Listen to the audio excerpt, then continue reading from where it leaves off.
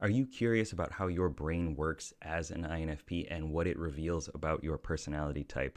Well, in this interview with Dr. Dario Nardi, we're going to explore my INFP brain scan results and that came from his visit here to Tokyo, Japan for a type conference. We'll talk about the neurological patterns and the scientific underpinnings of the INFP personality type, and not only how to understand why we do the things that we do, why we think and feel the ways that we do, but also how to use your personality type more effectively and efficiently in a way that resonates with you as an INFP. So thank you for joining today, Dr. Dario Nardi. Yeah, absolutely. Thank you for having me here. ありがとうございました。こちらこそありがとうございます。Yeah. It was great seeing you here when you came. It's been a long time coming, and it was just nice to be in a casual conversation as well as talking about type and going deep into the different aspects of INFPs as well, and getting to speak Japanese together back and forth was fun. Yeah. Yeah, it's for those who don't know about the conference, it had quite a number of activities in it. It wasn't one of those usual there were lectures and presentations, but there was like excursions outdoors and going to a supermarket and all of that, which I thought turned out brilliantly at the end. So it was just very cool to have some chats. Yes, I was even like, no, I'm going to Matt's group because I said I've that been too. waiting like years to talk to you in person. Yeah, we had to like rearrange some things. I was like, sorry, but this has to happen. And originally, I was going to be in charge of another group that was going in some other place, but it all worked out as things do. So. I feel like the key thing to keep in mind is that when we're looking at the brain, and by that I mean with this technology EEG, we're looking at the neocortex, the outer layer of the brain, which is like very sophisticated and relevant for human beings. So it's not like we're only getting a small snapshot. I mean, we're getting a meaningful one. But there is basically what we're getting is a snapshot of the developed self. And then the way that you sort of, we'll see in the report of dividing up, as we can sort of see what was the long term that's like been building for a long time. And then the past 2 years up until today, so to speak. And then when you're challenged, like what does that look like, and how might that be like a future version of you? So yeah, it's more the developed self. And I do, the original lab stuff at UCLA, the pilot study was a lot more interactive than the way I've been doing it when I just sit down and run a protocol with people. And I was really happy that you and I were able to do and not only have something much more interactive with you standing and talking and so on, but that was done with another person who's also wearing a headset. So we got to we got to see maybe what's more your actual extroverted side rather than just, or social side rather than just the task oriented side. And I imagine for feeling types in particular, and maybe also for extroverts, that that's actually a better measure of what's going on with their brains. So I wouldn't say like, oh yeah, the stand-up demo we did with somebody else is somehow like not reflective of you. No, it is you. And then doing the tasks was also you, and you're the same subtype in both. And that's so when we say subtype, that's sort of saying like that's the developed side of the nurture side of the personality. Yeah it was fun doing the experiment, I suppose, experiment with the other person. I felt very like focused on my interaction with her as well as the audience at the same time. Not necessarily needing to put on a show or anything like that, but aware of everybody watching us as we're walking around in circles, throwing a ball back and forth, and there, cables around. As I mentioned before, I was like very focused on making sure that there were no accidents, as well as picking up on cues from her for when to throw the ball. And I felt a tunnel vision at some point, as well as kind of like an external awareness of what was going on. So Yeah. What was it? Was it the 3D camera that you all had set up, like in the very middle of where you were? I think I'm trying to remember, or was it? Yeah, I think it was. That was there, and then there was a cable for the laptops or something like that. Oh, yeah, yeah, yeah. There was a laptop cable. And I was Yes. like, if Yeah, I you trip just over nailed that, it. then Yeah. everything is gonna be bad. So, Yes. Yeah, yeah, yeah. まあ、よくできました. yeah, Yeah, you did a great job with it. Both of you. And I got to commend the gal, 15-year-old INTP, mm-hmm. dominant subtype, not a surprise, came Okay. up and volunteered. Yes. Yeah, that was incredible. If I was 15 and was able to get up on stage and do something like that on a whim, Yeah. I don't know. I guess my life would be completely different, possibly. That's right. Yeah. You'd be in the movies now. Maybe. Yeah. Cool. So would you like to go over some of the brain scans, or should we maybe discuss like how the brain differs for an INFP to other types, or will that come up naturally? I think it mostly will come up naturally. I would just emphasize that there's like there's several ways to analyze the data, like several kinds of data, several views. Mm. And one of those is just the favorite regions, Mm-hmm. which is a little bit different from how they're connected with each other. So the favorite regions, certainly for the live demo that we did, the pairs demo was like really classically INFP. Okay. Yeah, in terms of favorite regions. Um, and then the way it's connected is telling a little bit of a different story. And then as you do different tasks, like, yeah, how much do you get into your body when meditating, or how do you react when doing the value sort problem or something like that? That's Mm. also something which is, I think, statistically type related, especially in the thinking feeling dimension. Mm. Yeah, so Okay. there's sort of like those three different things, but we'll Okay. get into those. Okay. So I'll share my screen, and Mhm. would you like to look at the public pairs demonstration first, since we were Yeah. talking about that? Yeah, yeah, absolutely. So it's divided into 4 parts, and there's like little drop down windows and stuff, but we don't need to Mm-hmm. concern ourselves with that. Yeah. So this is just the engagement record, and normally the engagement record would be marked with the tasks that you did, but Mm-hmm. because it was a sort of on the fly pairs demonstration, Yeah. and we were a little bit disorganized, we didn't actually write down when you started different things. So Okay. all we have is this raw data here, but the different colors do mean something. Mm-hmm. Um, we don't want just blue, relaxed self. Like when did you get into these different modes of like being more body connected or Mm-hmm. more action oriented, or maybe having an insight? Those are what the brighter colors like yellow and red Yeah. are. Yeah, whatever we were doing sort of early on, and there's just like that huge spike of or block of yellow there. Mm-hmm. I don't know if that was when you both were doing some kind of maybe meditative exercise, or maybe I think that happened actually earlier. Yeah, we did the meditation first, and then I think second we did the pairing. Like I would move my hand, and she would Oh move yeah, her yeah. hand to match, Hmm. and she was kind of mirroring what I was doing. Um, Hmm. and then maybe after that was when we did the ball toss and walking Hmm. around, and then we did the sentence creation storytelling exercise, which she Oh did in right, yeah, English, yeah, which was awesome. Yeah. yeah, yeah. So that was for those watching. It's you run through the letters of the alphabet, and each person, like you start off with the line. So we all three of us were going, and I threw out a sentence, and then I'm like, okay, Matt, you need to build off of that. And mine started with the letter A, and now yours needs to start with the letter B. And Hmm. um, yeah, somehow we managed to get through the whole alphabet. Yeah. Yeah. Yeah, it Yeah. was fun. Got to play with So words, which I like to do. yeah, yeah. So that feels very much like an extroverted intuiting activity, especially standing up So. and doing it with somebody else. Mm. Like that's or two other people, very much so. So maybe it was that second activity with the mirroring. I mean, there is like this section of yellow spike there that's early on that Here. may indicate right there exactly the meditation, but it was more the mirroring. Interestingly, that you got very much into your body connection there. So I'd imagine a very different type, like your opposite ESTJ, would not be engaging in some mirroring activity and actually feeling what is going on with themselves or the other person. They'd be just like, here, I'm moving my hands a certain way as a task. So that was pretty cool, and that was improvised.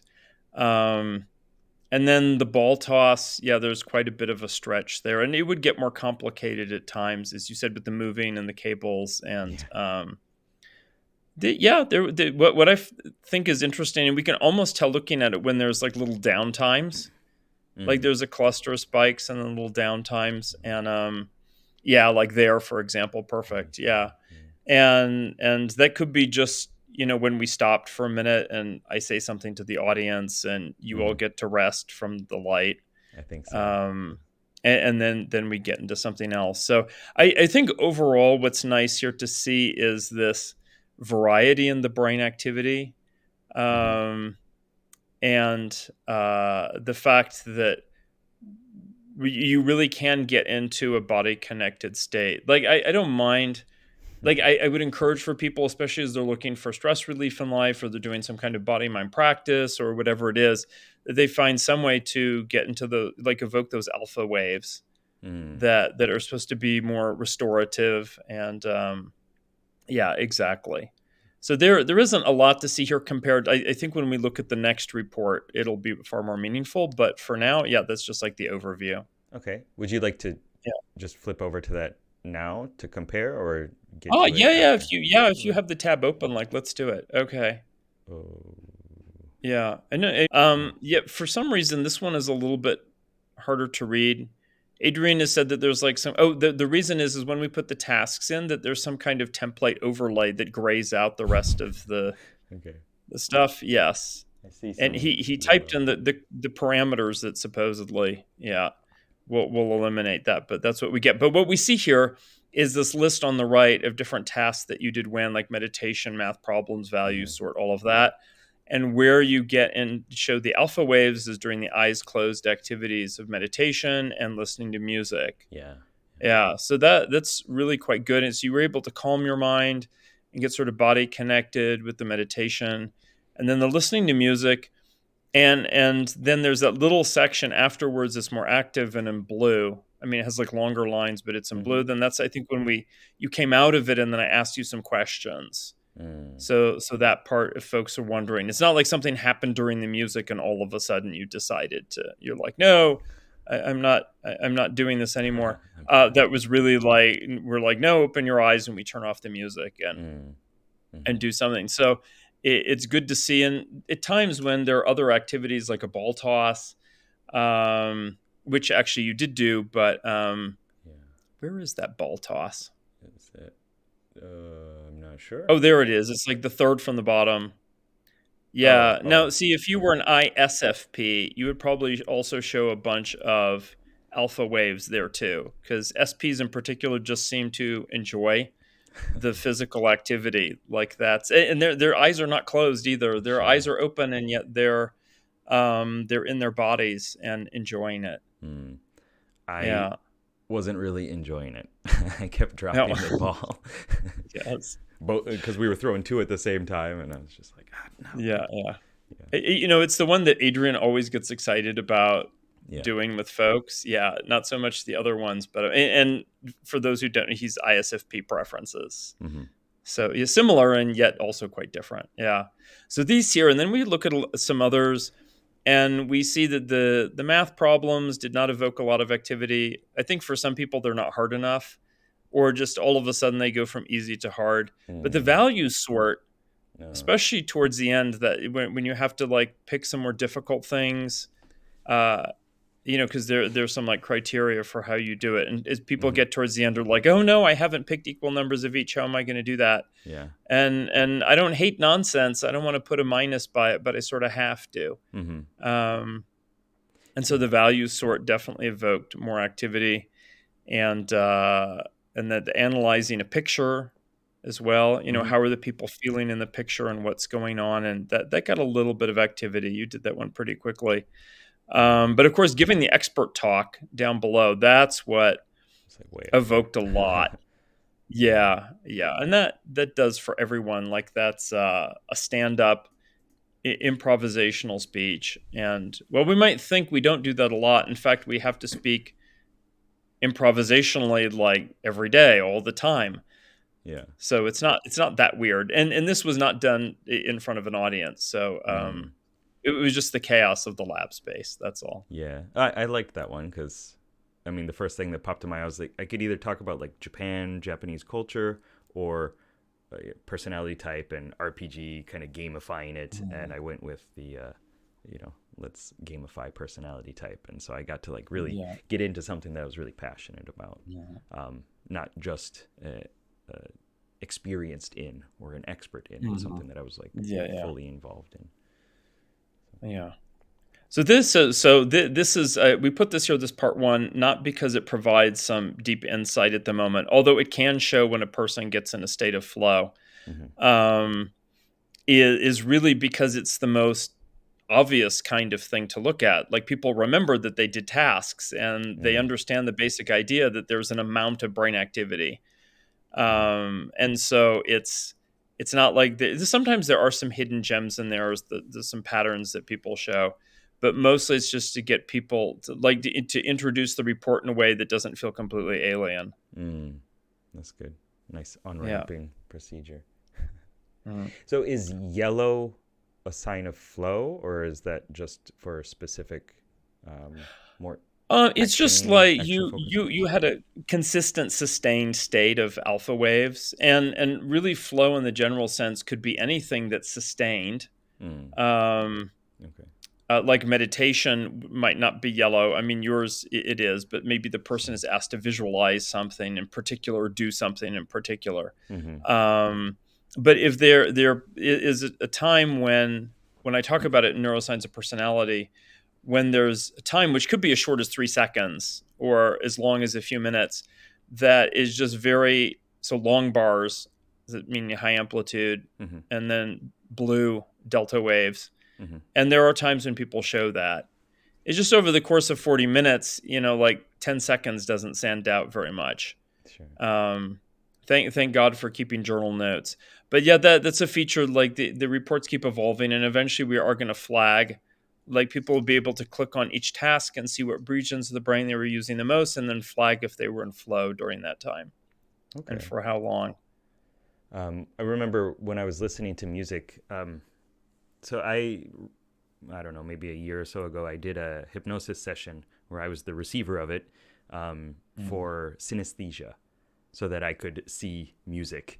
So when I was listening to like the Baroque, or whatever it's called, like the Baroque music, the classical music, I was definitely experiencing like spirals and kind of going upstairs and downstairs and seeing this like really active visual. So I felt very active with it anyway. Excellent. So let's go back to the pairs activity, and we'll look at part 2. Okay. Yeah. Welcome to the social network of your brain. And there's definitely some stuff going on here. One is just the general front bias that's there. I say bias, that's just a very general term. I don't mean any bias by bias. Preference, I don't know. The wiring that's more towards the front of the brain, which means that you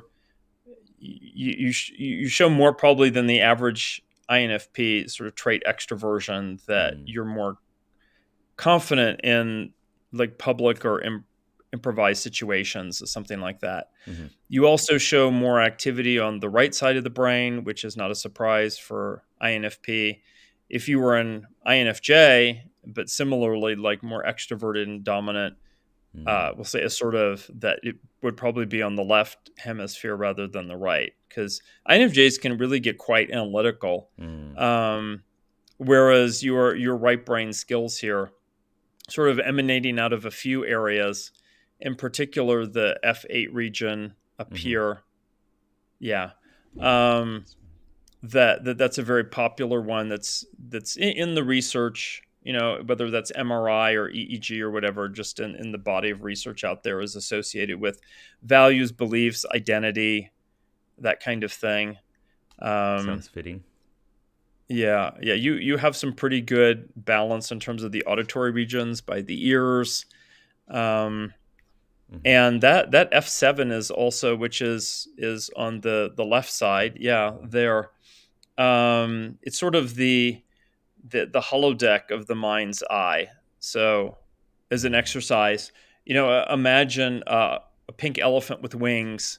Got It's it. usually not the visual cortex that lights up because you're using your imagination. You're using the stage of your mind, and so it's actually in working memory and that where the F7 sensor is.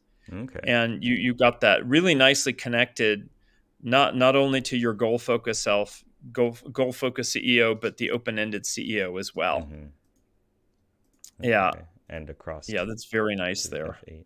Okay. Yeah, and then you have a lot of good managerial skills. I don't know if you're using them beyond child management, but yeah, usually introverts only show that when they have management experience, or they're just good at managing people. So Which one is uh, that?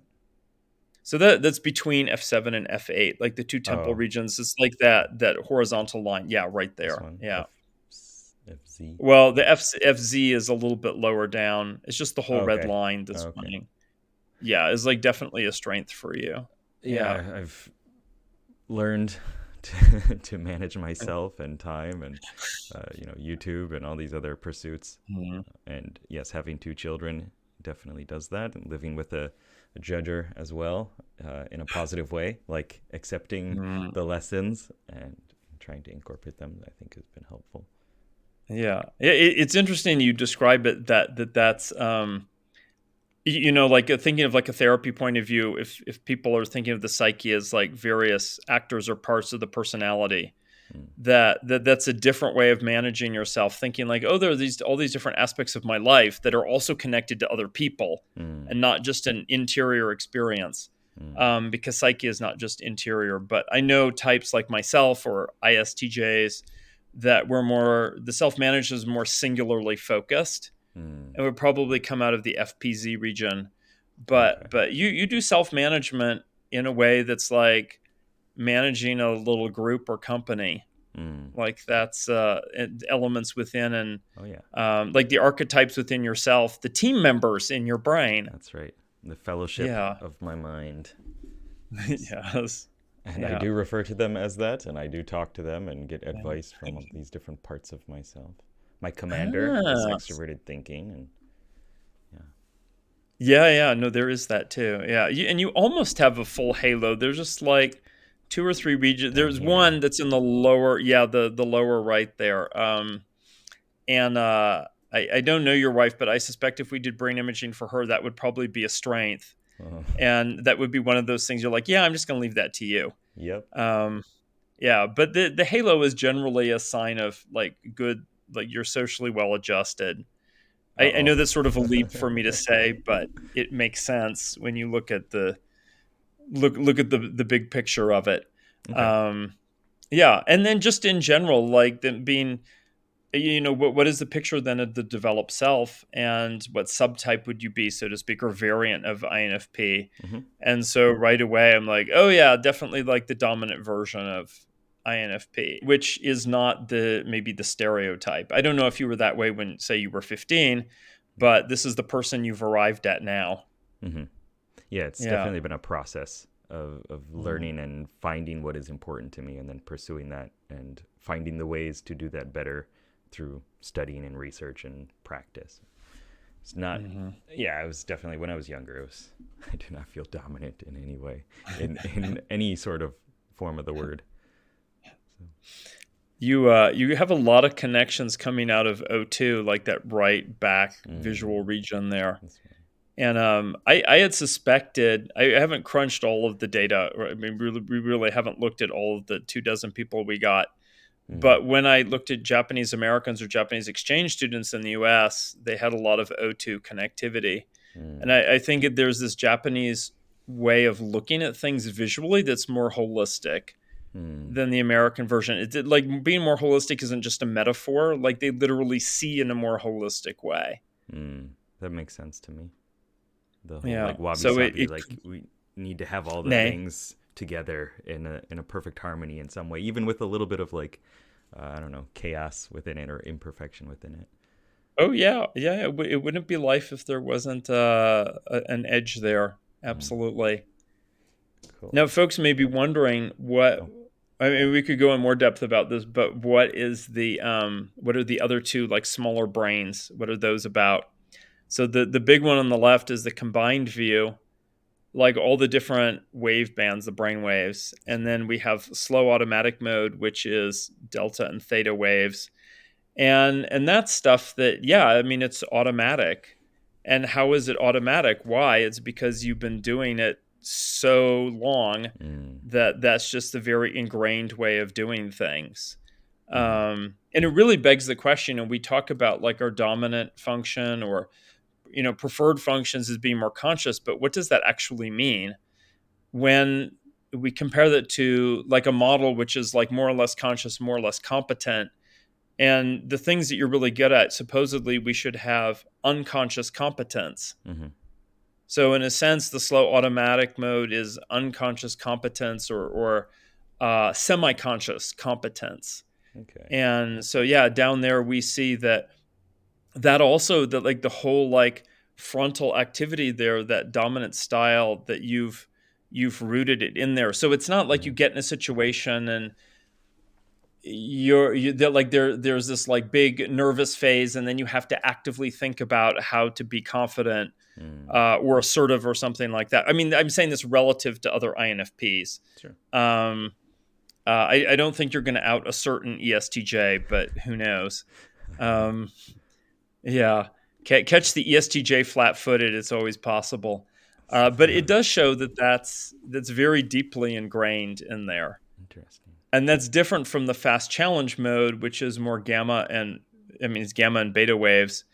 And that is just all interior activity, which is so typical for a lot of people, especially introverts, that, when they're really challenged, like working on a task, a project, learning, that they go inside their mind, so to speak. And you have some verbal connections around that. And a little bit of verbal visual, but primarily it's just in the interior, of your brain. And maybe a little bit surprising. It's hard to say.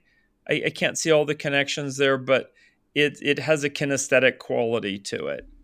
And kinesthetic doesn't always mean sensing. I mean, kinesthetic is just a skill. Like ISTP is a dominant thinking type, can have a lot of kinesthetic. Yes, as part of sensing. Let's say they're like professional skier or something like that.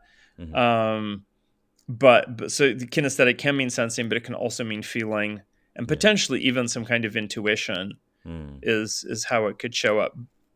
And then in the very center there with that CZ region, where there's like this motivational element, which in the combined mode is not particularly strong, but it could be that in this mode, CZ, I call that like the driven dynamo. In kids, when that's active, it's very much like ADD or ADHD. But when adults, it usually shows up as somebody who is, hyperactive, but it shows up as somebody who is really quite driven. And I would say the way I look at it is every other region of the brain that happens to be connected to CZ is it's like the task or activity that is going to have like passion and energy around it. Okay. Yeah, so there might be some lines there that connect with CZ. I don't know. Yeah, a lot. Yeah, there's just a lot there. And I think that can be very validating to know, oh yeah, I have this challenge mode that's like completely internal. Oh, look at that. There it is. Yeah. So that was, it had something really It's brilliant there too. Here. Yes. Yeah. And this one too. Academic decathlete. I don't know. That's you do. So it's very much like a left brain thing, and then it's a region that brings together like language, math, some physical activity, and some visual spatial skill. And it's a kind of thing that, if the person has the sum of those different skills, that they're just going to be good in school. because those are the kinds of left brain things that school emphasizes. So those are 3 views, and we do end up, for those wondering, like we show this because it's fancy and mysterious and very visual. Yes. But it is parsed out into some practical advice and explanation deeper into the report. I find so interesting too, looking at the composite view. You have all these gray, you have some red and black connections coming out of the left ear there, or the right ear, right ear. I mean, as well as the left. But a lot of the connections are gray. Yeah, the emotive listener. And the gray connections, like the red ones are the fastest, like every half second or every second. And the black ones are pretty fast. The gray are a little bit slower, like 5 to 20 seconds. So that means that you have this listening capacity that benefits from being patient while listening, which is a INFP skill as it is. Yes. Yeah. Okay. And you do have a bunch of, quite a bit of diagonal lines there too. So you're a little bit of a weirdo, but we'll say that we call that self-taught. Yeah, for certain skills. Yeah. I accept that. Yeah. Okay. Yeah. Would you like to flip over to the other one? Sure. Yeah. So the other one, and that one was done while you were like very much standing and interacting and doing something with somebody else interpersonally. This one was not all sitting down, but was much more task focused and following a specific protocol. And we expected it's going to be looking a little bit different, but the fundamentals, the dominant subtype,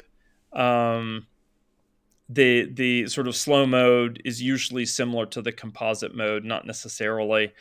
And although the regions you use in the fast challenge mode are a little bit different for sure, there's still that cluster in the middle of the brain that is, what gets you. So that if people are wondering, like, how do I vary from one task to the next, or like one context, really, not task, but context, this is absolutely an example. That the person is still the same subtype. They're the same basic patterns there. There's just some variations. And what I think stands out as a variation is the protocol is, it involves like a fair amount of analytical activity. So you end up being more left-brained during this phase, whereas when you were standing up with the person and doing more improvised creative stuff, you were more right-brained. And that's like normal variation in a person. Like we would hope that the networks that a person calls to the fore in 2 very different contexts are going to be a little bit different. I mean, there's all those people, we do encounter those people who seem to be the same in every situation, inappropriate or appropriate or not. But you showed you definitely have a more like holistic mode of dominant, and then a more like analytic mode when you're actually forced to sit down and do math problems and 3D rotation and that kind of thing. I did not enjoy those two. No. Just get through it. I was quite amazed when we went to Singapore. Almost every single person remembered even how to do calculus. Oh, yeah. Which was the last problem in the list. And almost always like 98 out of 100 people, like they don't even recognize what the symbols are. And not only in Singapore they get there and that's like the end of the curve there, and they're like of difficulty. They're like, no, the folks in Singapore were like, oh yeah, either like this is calculus and I'm not quite sure if I remember how to solve it, to just like giving the right answer. And these were like the same kinds of folks as in Japan and the US. So I guess Singapore is that INTJ culture after all. But here we see the same basic pattern, and just like I like to sort of joke sometimes, avoid damage to the front left of your brain. But if people are wondering how their brain may be different in, say, a social situation that involves improvisation versus one that is more analytical and following a protocol, this is exactly the kind of thing that we really can do some shifting, and yet we still show the same basic pattern. Yeah, in fact, you're more clearly dominant here, and I needed to clearly to give you a lot more visual activity. Probably everybody. I mean, in it certainly made sense for the impromptu one with all of the things like literally in your field of view, moving around you. And then the whole idea of the protocol is like to have the person sitting there and they only need to focus on what's in front of them and they can ignore the stuff going on around them. If anything, it might just be in a quiet room. Our room was not so quiet, but close enough. And so that's, and you got some nice connections, even in the fast challenge mode with that FC5, which is associated with things like skill with video games.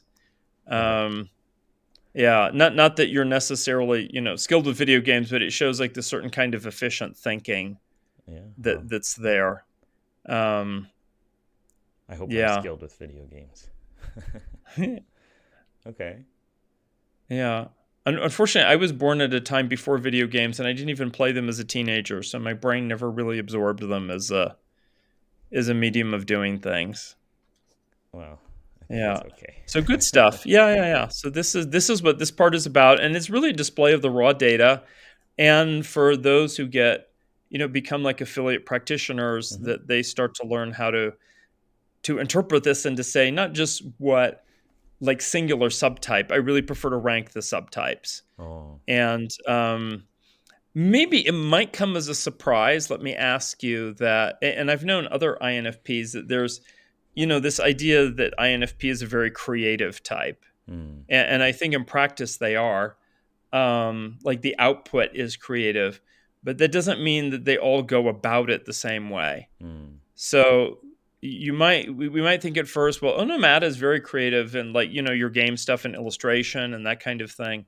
But it's not just what you're doing as a literal output. It's like the whole lifestyle associated with it. And if you really were the creative subtype, your life would probably be a lot more chaotic, like your personal life, but you have more responsibilities and you live in a culture that requires a lot more, I'm going to say not just conformity, but like attention to doing things the right way. Yeah. So it's relative to other INFPs, like I would say dominant first and then analytic second. And I think you have some hidden diamonds in the fast challenge mode. So that would be like a holistic or harmonizing third. And I wonder if harmonizing would strengthen if you were to do more one-on-one coaching in person, where you might be doing things like in NLP, especially like touching the person a little bit or holding their hands and like, helping them do like a visual swish pattern or something like that. Would that, because it's oxytocin, I mean, in Dr. Helen Fisher's work, that is associated with the harmonizing. Yeah, I could definitely see that. I mean, there's always a disconnect in some way, by being online and having that distance and not actually being there to experience everything that the person is at the moment. They have found, this was just a recent research study that came out looking at brain synchronization, and we were sort of hoping when you were doing the live demonstration, and I had never done something so on the fly like this, but I'm like, let's do it. We got several headsets that we would see you and the other person synchronize your brain waves. I don't think INTPs are naturally built to synchronize their brain waves with others. In fact, they probably take pride in like not doing that. So, and also it was a context that was very, very public and had a bit of distraction in it. But the upshot of the work with brain synchronization is that doing tasks together that are cooperative or parallel in person makes a big difference, that's what can happen. And that people doing the same tasks cooperatively in Zoom, that the brains do not synchronize. Yeah. So that does mean that Zoom meetings may be a lot less productive and harmonious than maybe the folks who work for Zoom would like us to think. But I like Zoom, but now I appreciate, wow, it does need to be done in person. And so kudos to you that you're able to do so much with people just through Zoom. And it would be very interesting to try, like, I'll have to return to Japan. 日本帰ることが必要ね。そういう感じがある。And just to go to the spa again, like that was a great 3 days after the whole conference. It really gave me a renewed appreciation for Japanese breakfast. But to get you at a point where you would just be by yourself in the room, like not with anybody else there, and you could do something creative for say 40 minutes. And I wonder then would a starburst pattern appear, because invariably, and Adrian has been doing this with people, like 10 to 20 minutes, just solo deep dive into one activity at a time. That there'll always be like one activity in there somewhere where the person's brain is like, yeah, now I'm going to work completely differently. Yeah. Interesting. Yeah, I mean, I can definitely see, of course, I don't know the specifics of how my brain is doing what it's doing, but if an idea gets springboarded into my head and I feel like energized by it in some way, it's this explosion of like, oh, it could be like this, and then let's connect it to this, and let's write a story about it. I wonder what the image of that is, and it's just like bouncing with a lot of excited energy of just possibilities of what I could do with this idea, or connecting this random thing to this random thing. And it's definitely a very good feeling. But it needs to get, as I said, like springboarded into my head. If I don't have some sort of external stimulus, whether it's music or art, or something that somebody said, then usually it's not like generated. I can't just sit there and get a random idea that goes in all different places usually. Is for myself as dominant NI, like I just have this massive storehouse of impressions, and the best way to get ideas, like for a story, is to simply isolate myself and close my eyes, and then it like starts to boil and come out. And then if somebody starts doing something in the other room or background or whatever that disturbs that process, then that like completely throws me out of it. That's definitely been one lesson I've learned from the NJs in my life, is like, if they're talking and they're on a thread, just to let it go. Don't interject with my ideas and like, what if it was like this, and play around with it, but just let them get through the thought, or it's gone usually. Okay.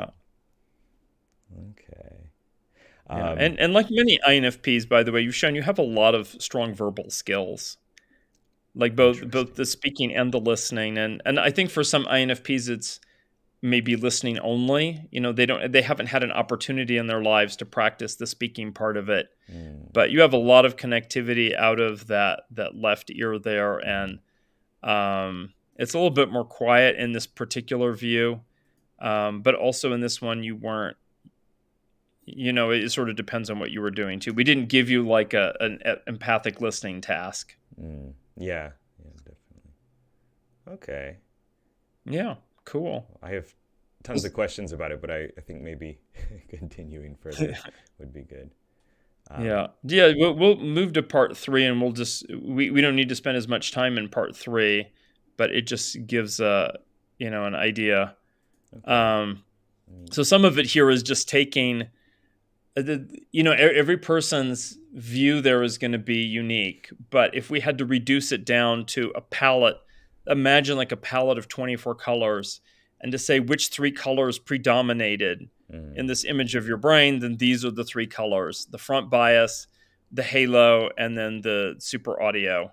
And those are not really technical terms. Those are just, for some of them, like super audio, me trying to come up with something to explain it. But yeah, they're just like 3 colors that are there.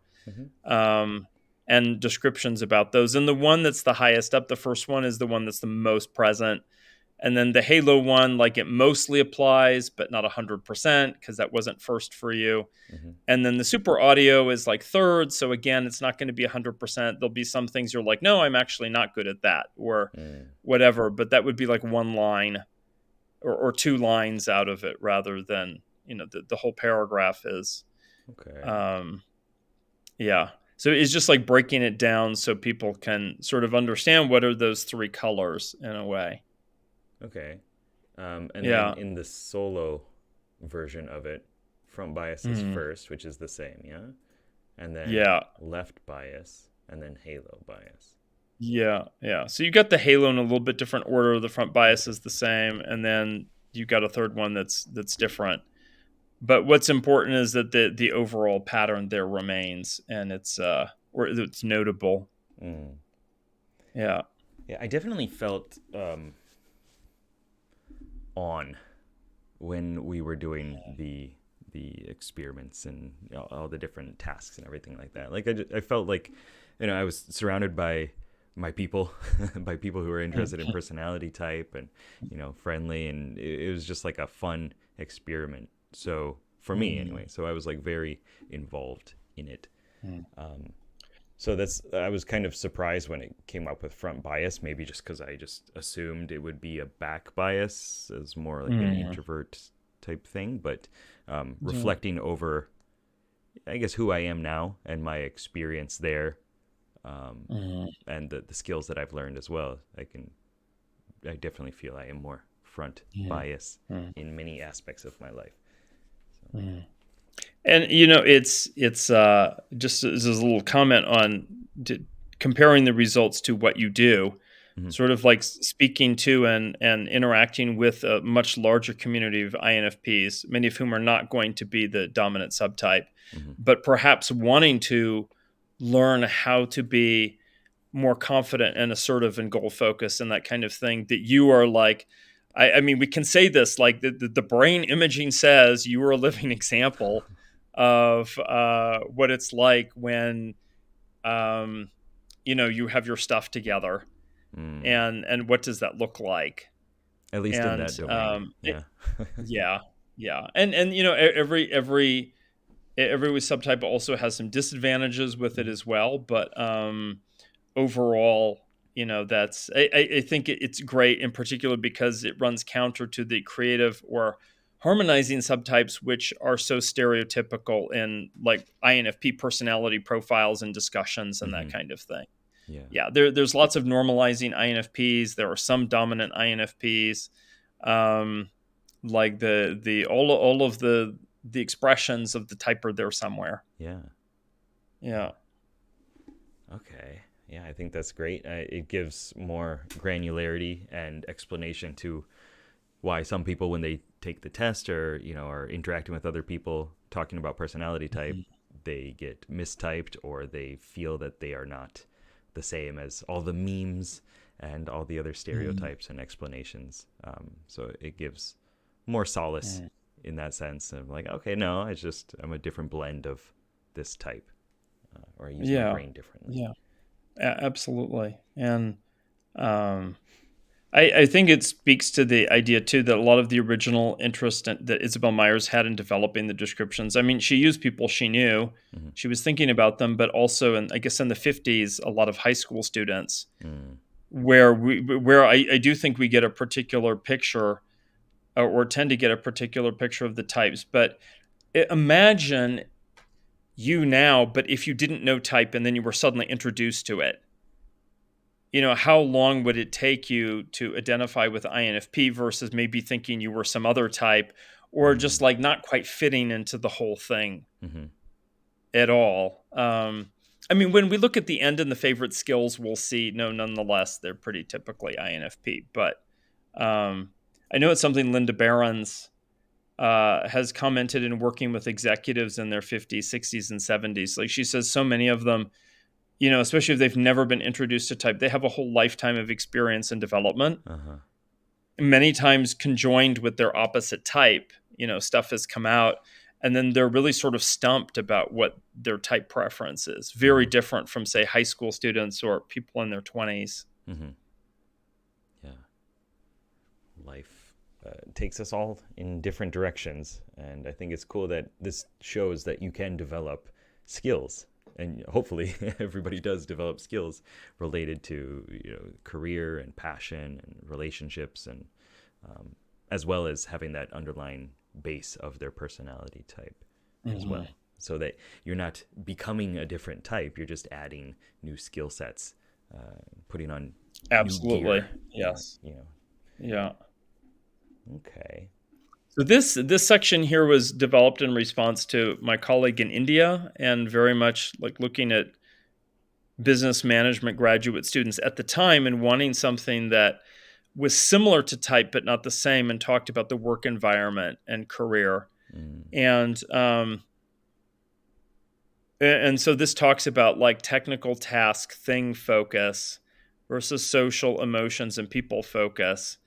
And we might want to be drawn to say, oh, that's like thinking versus feeling, but it's not, because consider like there could be ENTP engineer and then ENTP like psychologist. And they're going to have very different skill sets. And one is more technical tasks and thing oriented, and the other one is more social emotions and people oriented. So it's really about like what the content of your attention is and your skill set here. And what you've described in terms of your background and so on is that you have these technical skills and interests, and yet at the same time also professionally you work with people. So not a surprise to see these. I mean, they actually are quite close. Yeah. And the other one too, it's just opposite, still close. Yeah. Whereas it's a little bit further down with it almost, I mean, we say favorite style, but they're within like 1% of each other. So yeah, just scroll a little bit further. So this concrete linear details versus abstract imagination concepts, we might think, oh, this is like sensing versus intuiting. But again, it's really talking about your work activities. And you could have somebody whose career is quite abstract or conceptual, and then somebody else who is drawn to work with a lot of detail. So example would be like an INTP, theoretical math, or like theoretical physics on one side, where they're sort of like Albert Einstein. He asked other people, or hired other people to do the math for him, because he was the theory guy. Right. And then there are other INTPs who like know MATLAB or all of Python or GitHub, like all of these things, just a completely inside and out, and it's a very technical focus, as opposed to, even though they're using abstract skills, really, what they have to type out is a line of code. Yeah. At the end, not something theoretical. One of my INTP friends works for a patent translation company here in Japan, English, Japanese. He coded a program to help him do it faster and easier. Of course he did, yes. Yeah, and then he was like not working many hours throughout the day, and everybody else in the company started using his program too, and so he got in a little bit of trouble with the boss here. Like, the Japanese way is like, you are at your desk from this time to this time, even if you have nothing to do. He ended up talking to his boss and getting the ability to work remote just before the pandemic happened. And so he was on a boat in the Bahamas for like half of the pandemic, working remotely. I was like, man, you did it. You did it. It felt like such an INTP thing to be able to get to that level of like autonomy through using your brain and exploring different possibilities with it. And then here we have this what called executive style. But so we present this. So when clients come for brain imaging, they don't necessarily know about type.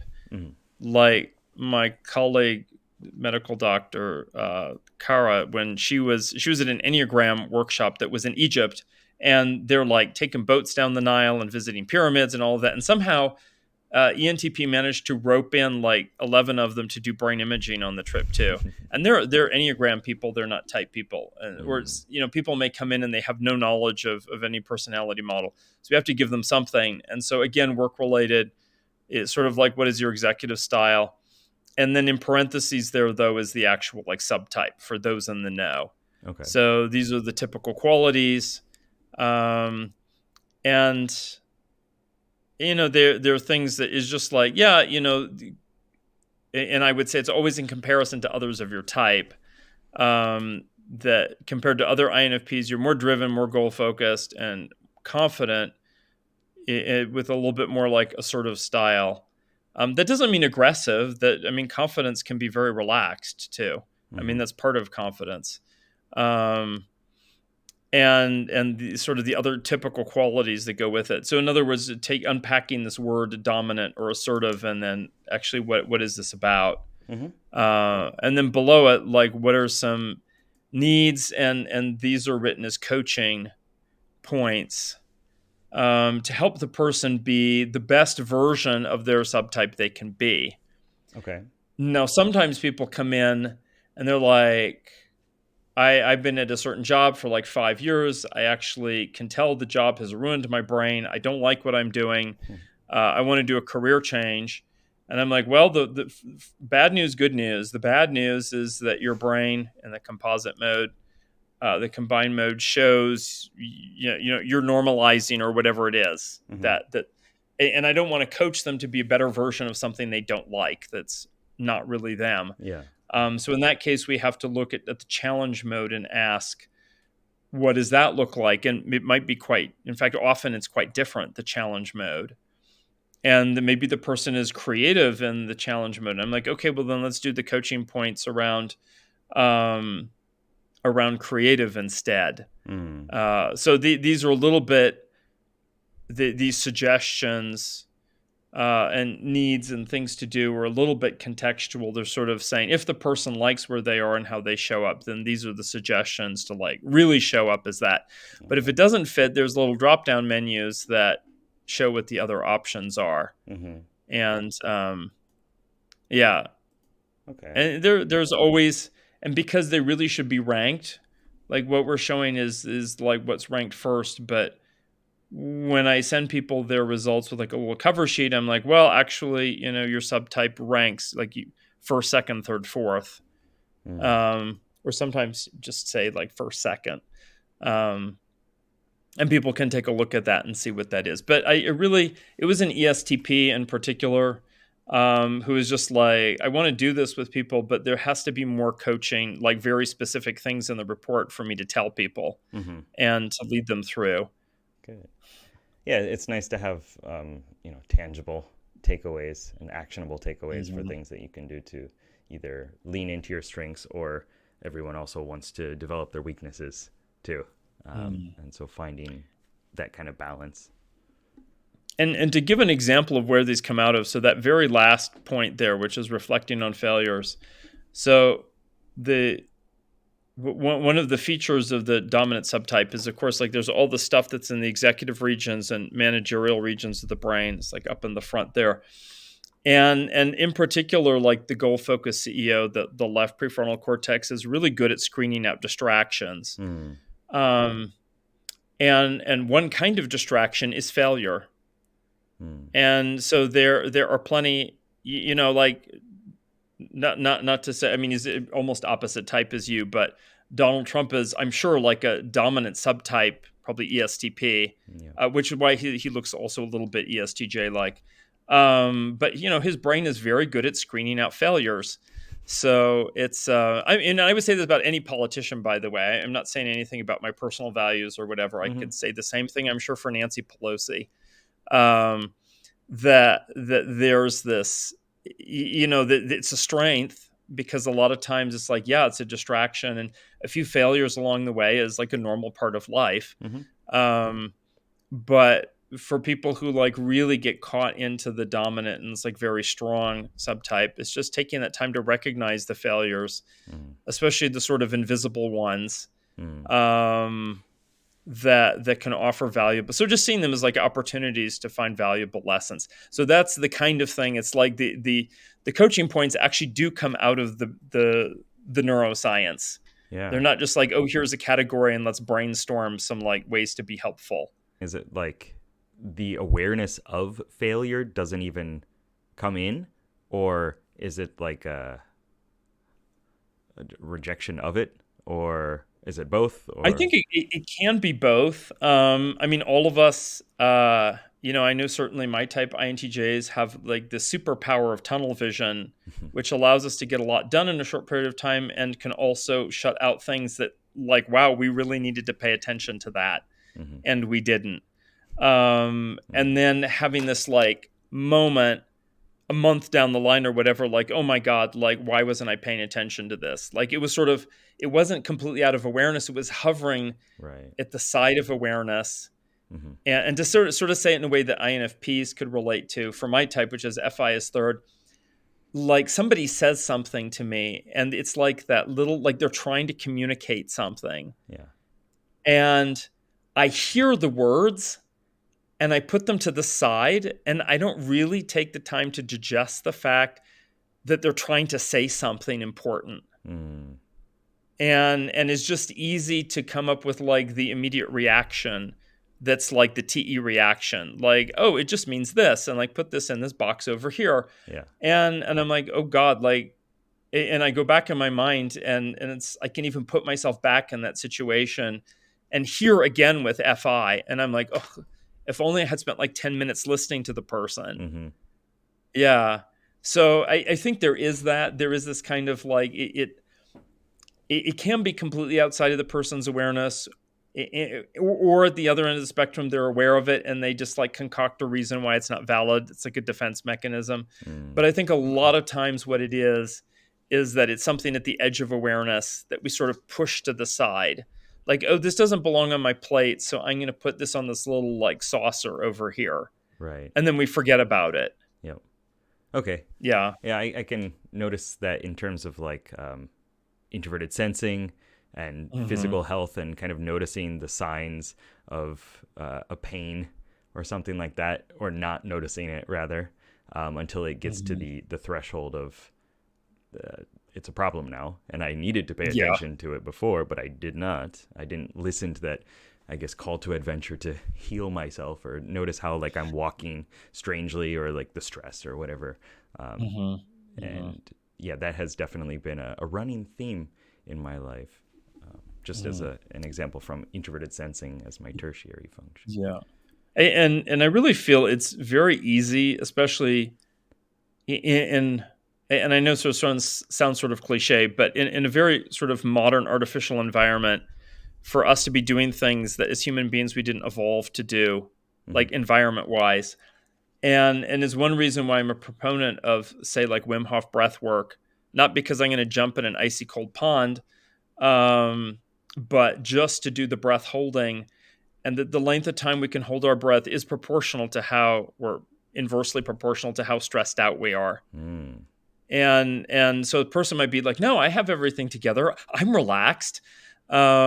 And then they discover they can't hold their breath. Like they start panicking at 20 seconds or something. And I'm like, oh, no, you're stressed. And I know that for myself, sometimes I'm quite surprised and I take it seriously that, oh, wow, I could only hold my breath for 40, 45 seconds today and realize that my parasympathetic nervous system is like being neglected and I need to just rebalance. And so like for me, it's like objective data in a practice that tells me I'm more stressed out than I thought I was. Yeah. I have another personal example of that. I was talking on one of the forums that I'm in for hypnosis, and I was asking if somebody wanted to help me out with something and, you know, getting feedback. And somebody told me to check my breath and see how I was breathing. And I timed it, and it was like rabbit breaths.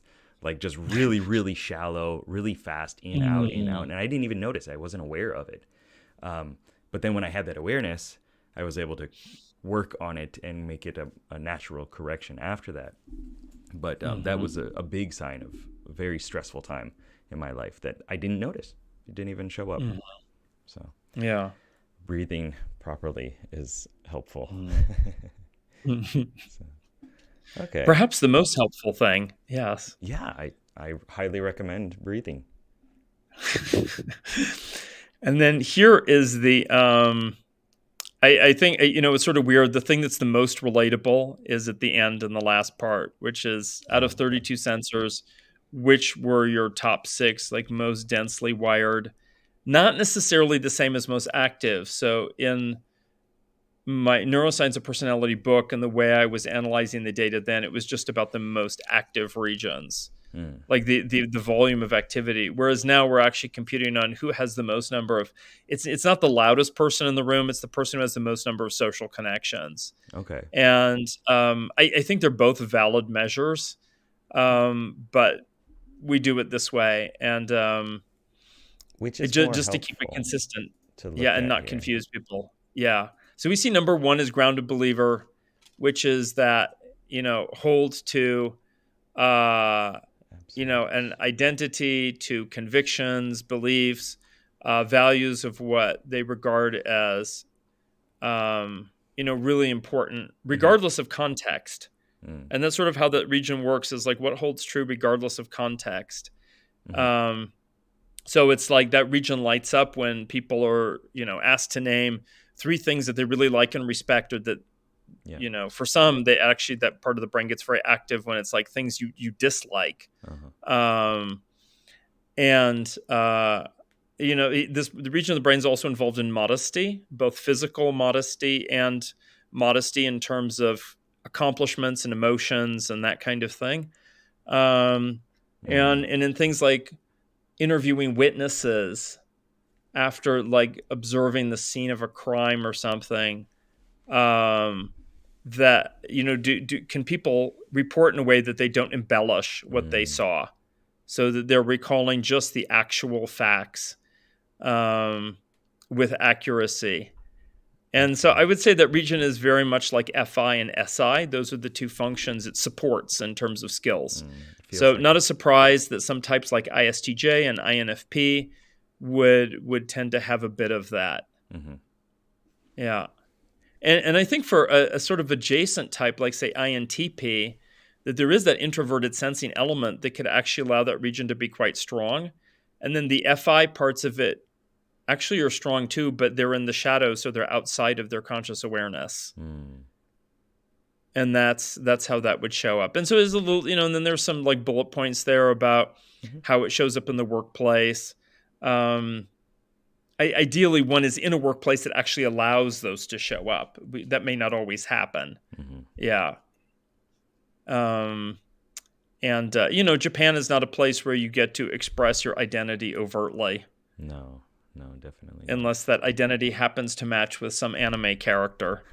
And you're in Harajuku. And then number 2 here is the quick analogizer.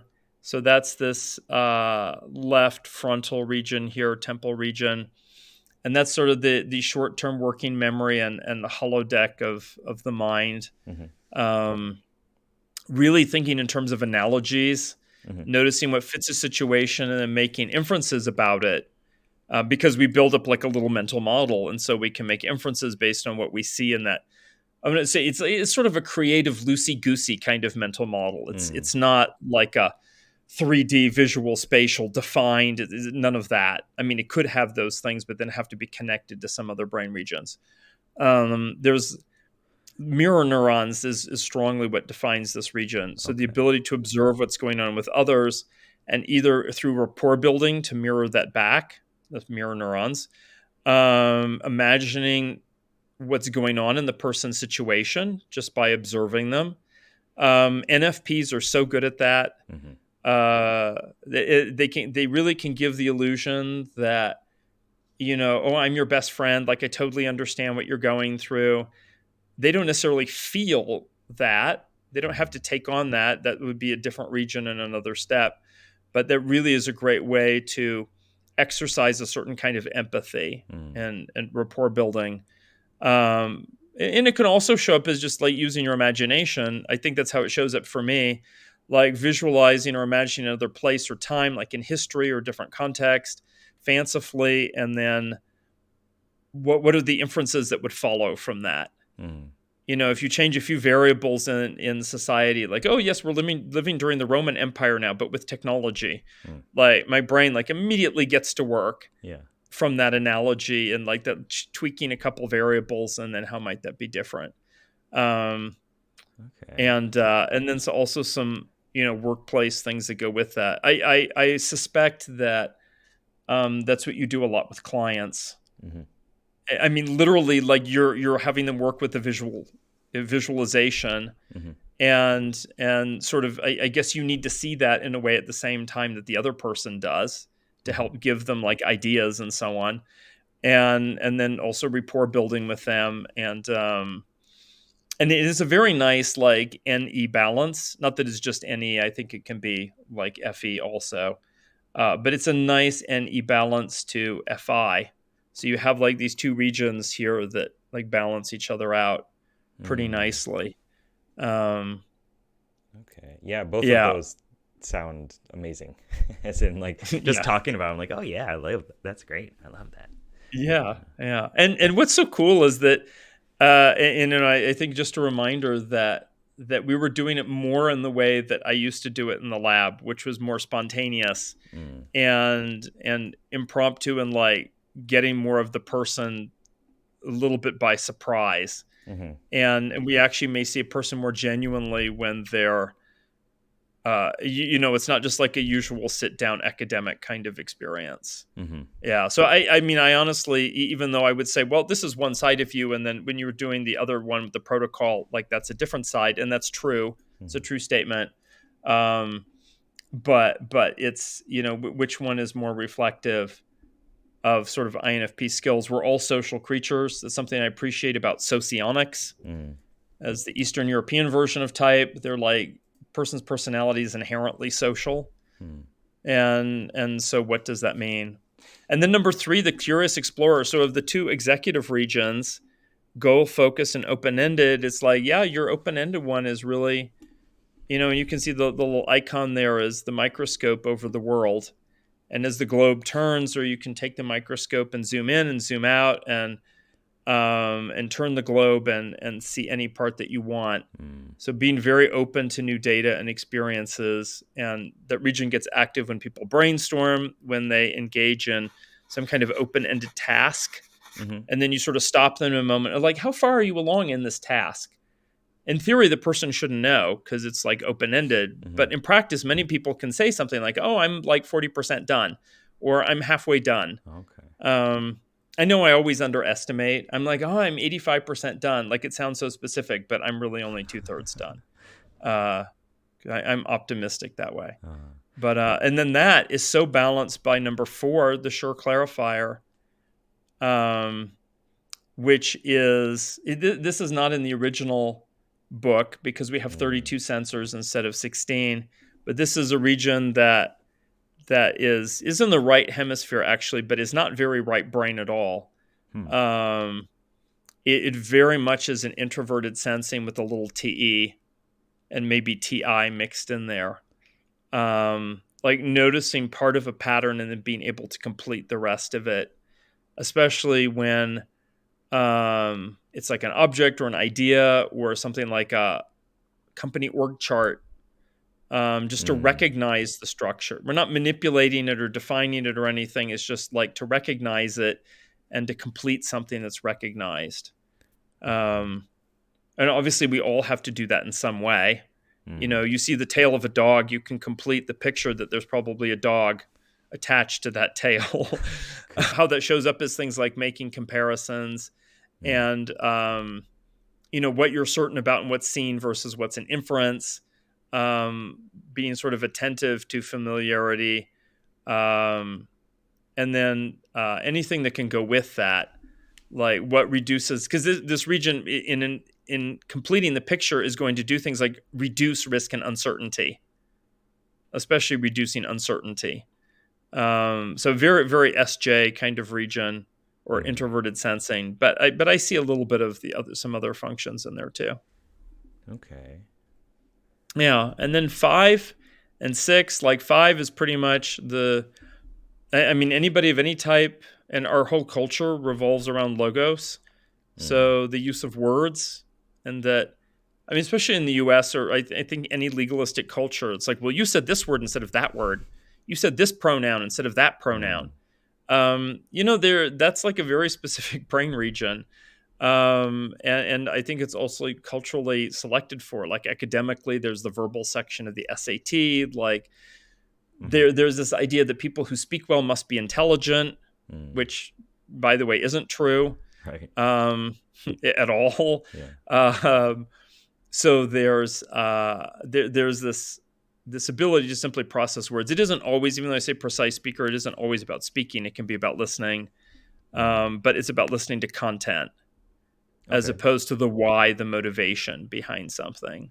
Is this a common region for INFPs? It is, because INFPs in general tend to be auditory. I would say that in comparison to the other very different auditory region, which is about voice tone and intention and so on, that this is more of an FJ region rather than just FP. But I think that the wonderful thing is that FPs tend to be good at both kinds of listening and speaking, even if it's just to themselves. But certainly both kinds of listening to the affective quality as well as the word content. Whereas FJ types tend to be more focused on word content. And then even though they tend to be like an empathic type, they often miss the delivery. Like the undercurrent that comes underneath the delivery is actually what I should say. That FPs can easily, like without even thinking about it, pick out. And even though that particular region,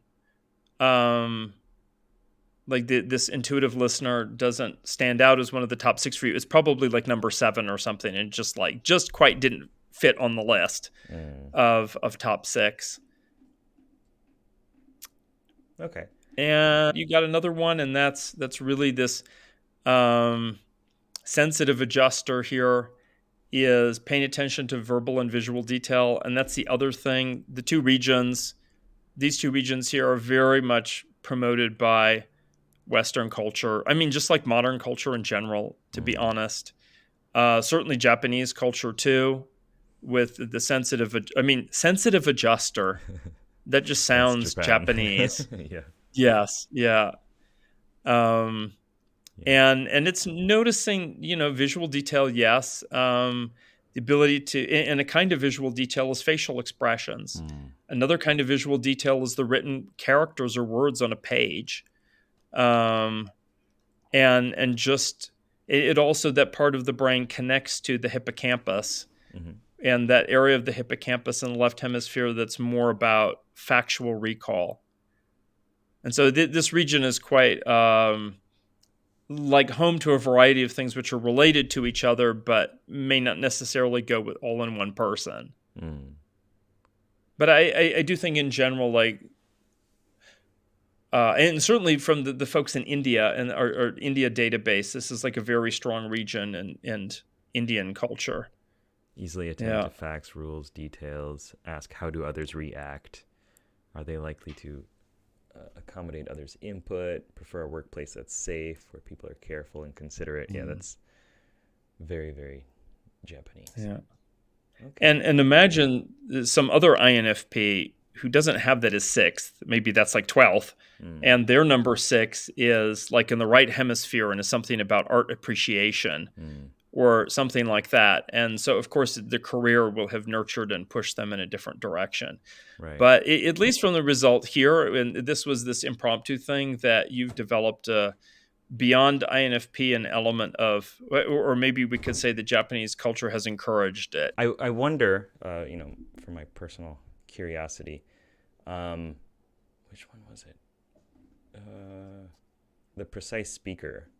If that has been something that maybe I've trained myself on through moving to Japan and having to learn a different language and picking it up. And there is, I can't say for you personally, but I have observed, and there is this general observation that when people are speaking in their non-native language, that region is going to be more active, even if they're quite good at their non-native language. That region will come off as more active than it actually would be. I mean, I remember when someone came in and she'd been in America a long time, and she was even learned English when she was in Germany. And yet when she did an activity that was, like German facilitated, the brain activity was not as high as when she had to do everything else in English. Okay. Yeah. Just through work translating and that's extremely tiring to go back and forth in both languages. And I definitely feel I have to,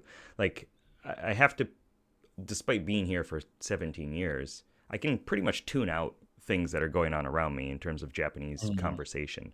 And if I try to jump in the middle of a conversation, it takes a little bit of like booting up, I suppose, and more action and attentiveness. And it does, I could see it as my brain being more active in that sense. Whereas English, like I can hear it from a mile away. I'm like, oh, English? What? Oh, it just kind of like seeps into my brain. So.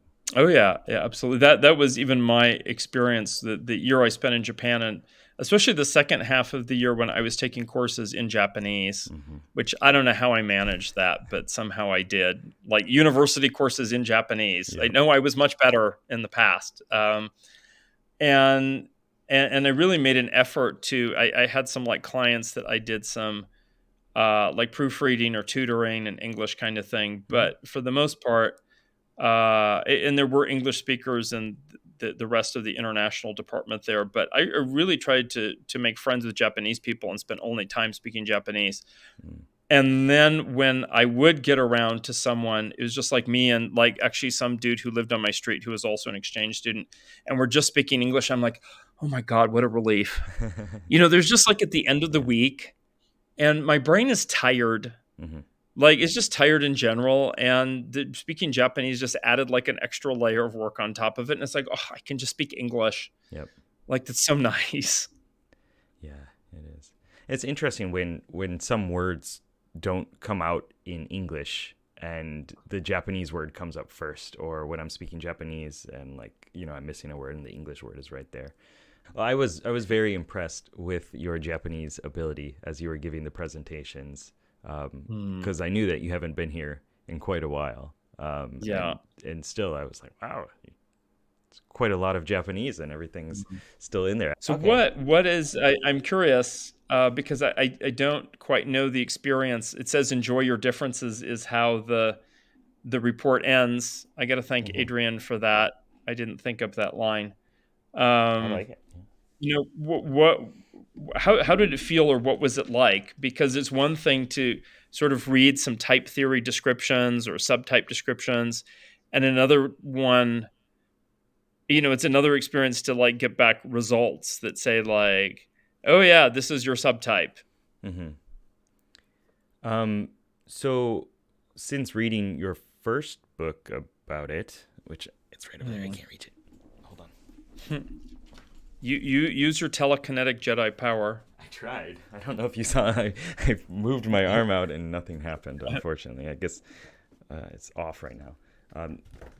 So since reading Our Brains in Color, however many years ago that was now, I was just very curious about what actually is happening and which regions are... I don't know if responsible for what is happening is the right word, but which ones are active when I'm doing different things. And of course, based off personality type, hearing about the different patterns of the halo pattern, for example, like, oh yeah, that's great. And the naming's perfect too for INFPs. Yes. But then, so like I studied it and I read your other books as well. And I drew my own like brain chart for it.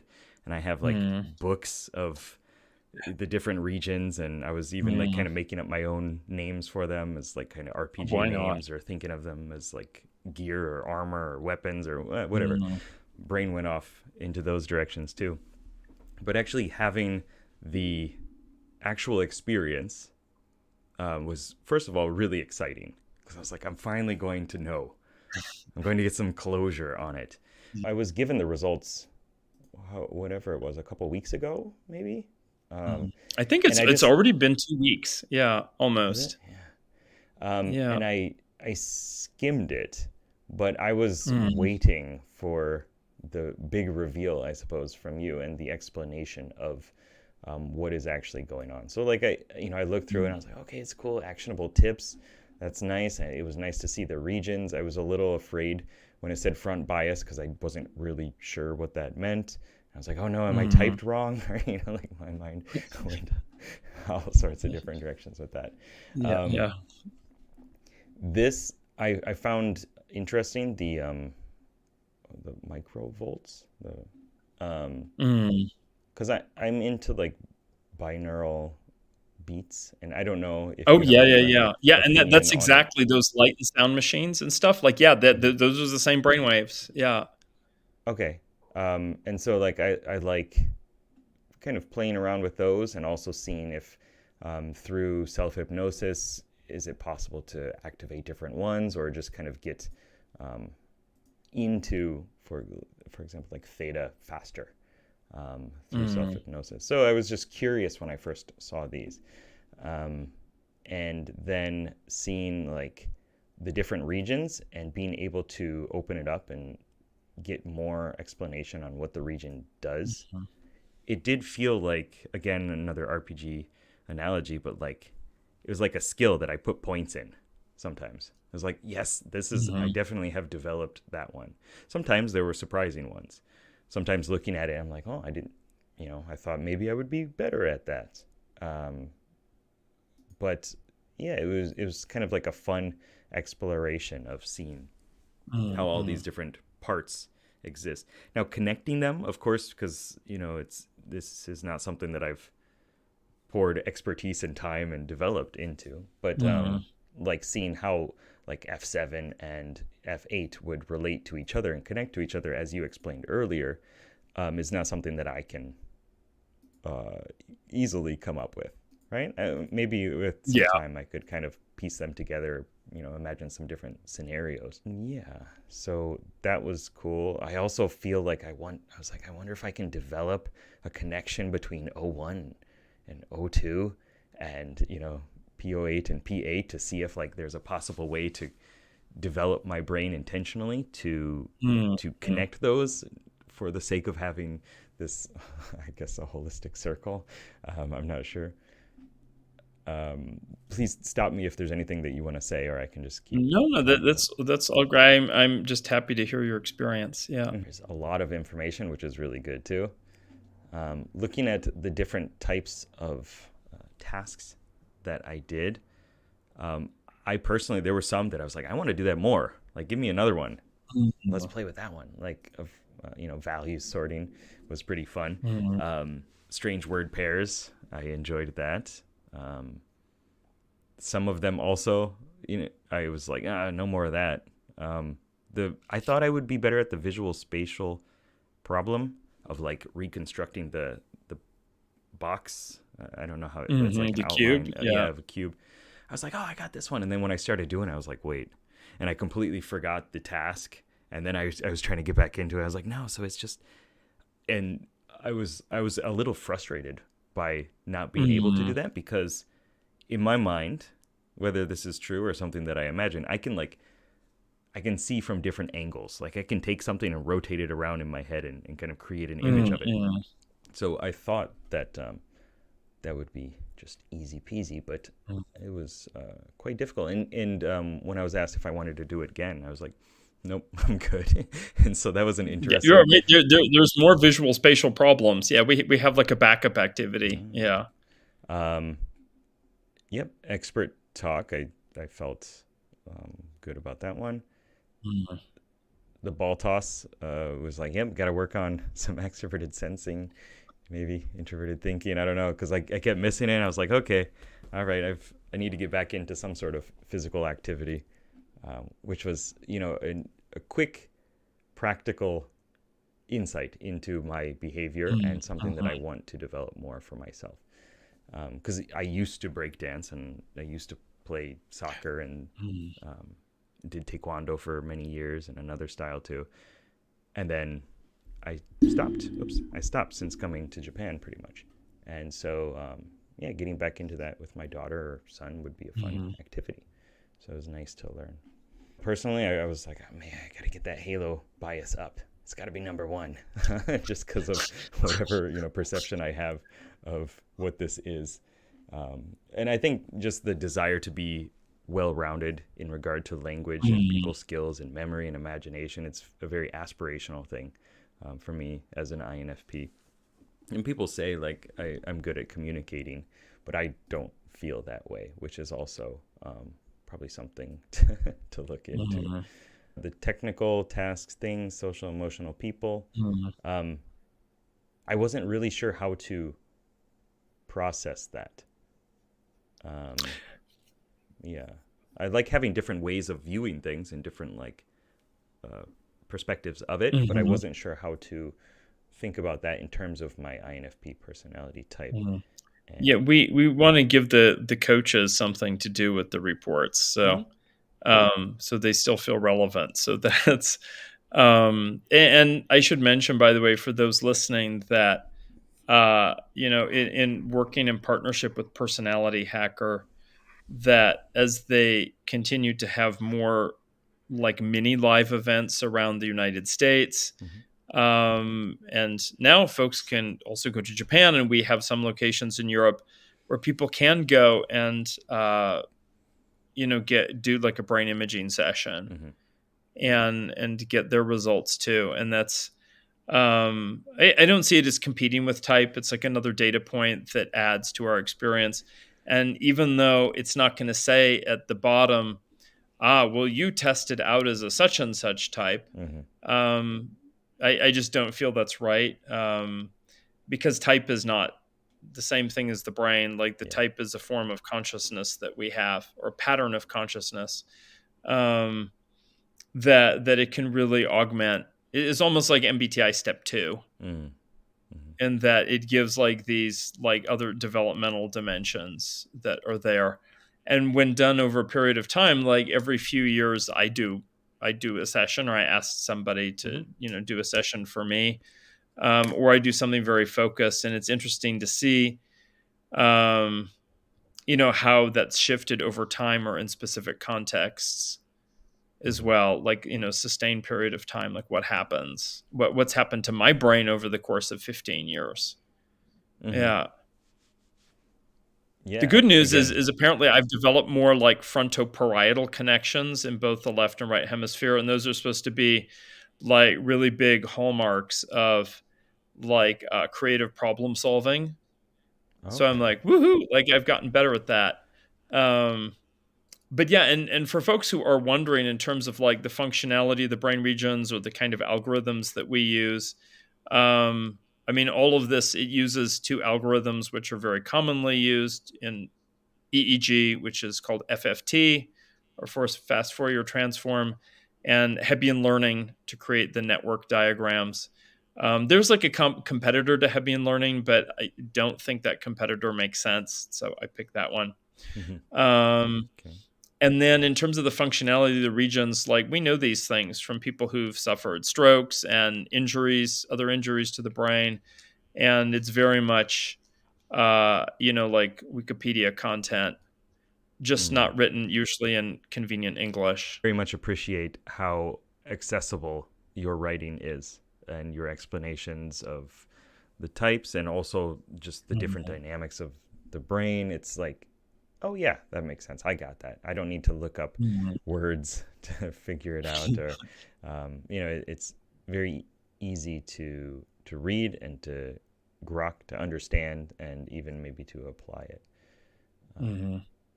So Yeah, I feel that there's still a little bit of ways to go and adding some value to the report. I mean, some things that people have asked for, to be able to zoom in a way on certain things.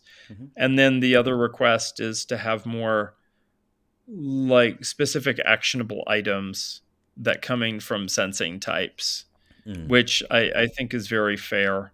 So we'll keep working on those things. Whereas I think for other people, sometimes it's just the excitement of seeing the results, like in a broad way, is like that's more than enough. yeah, Yeah. that was definitely a huge part for me. I was, just very excited about it.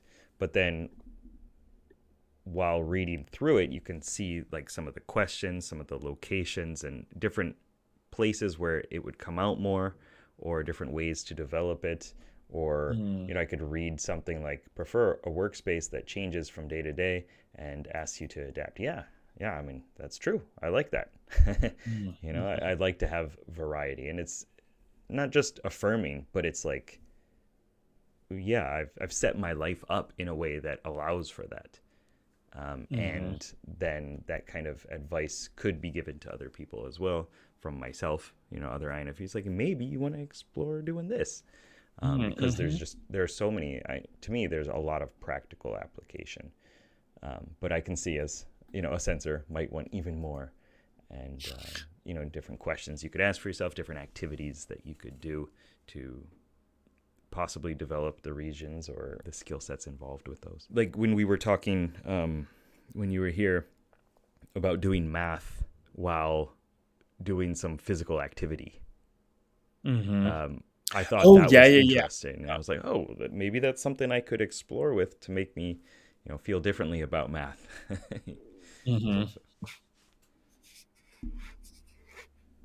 Yeah, okay. Very nice. Well, I guess people will have some questions too.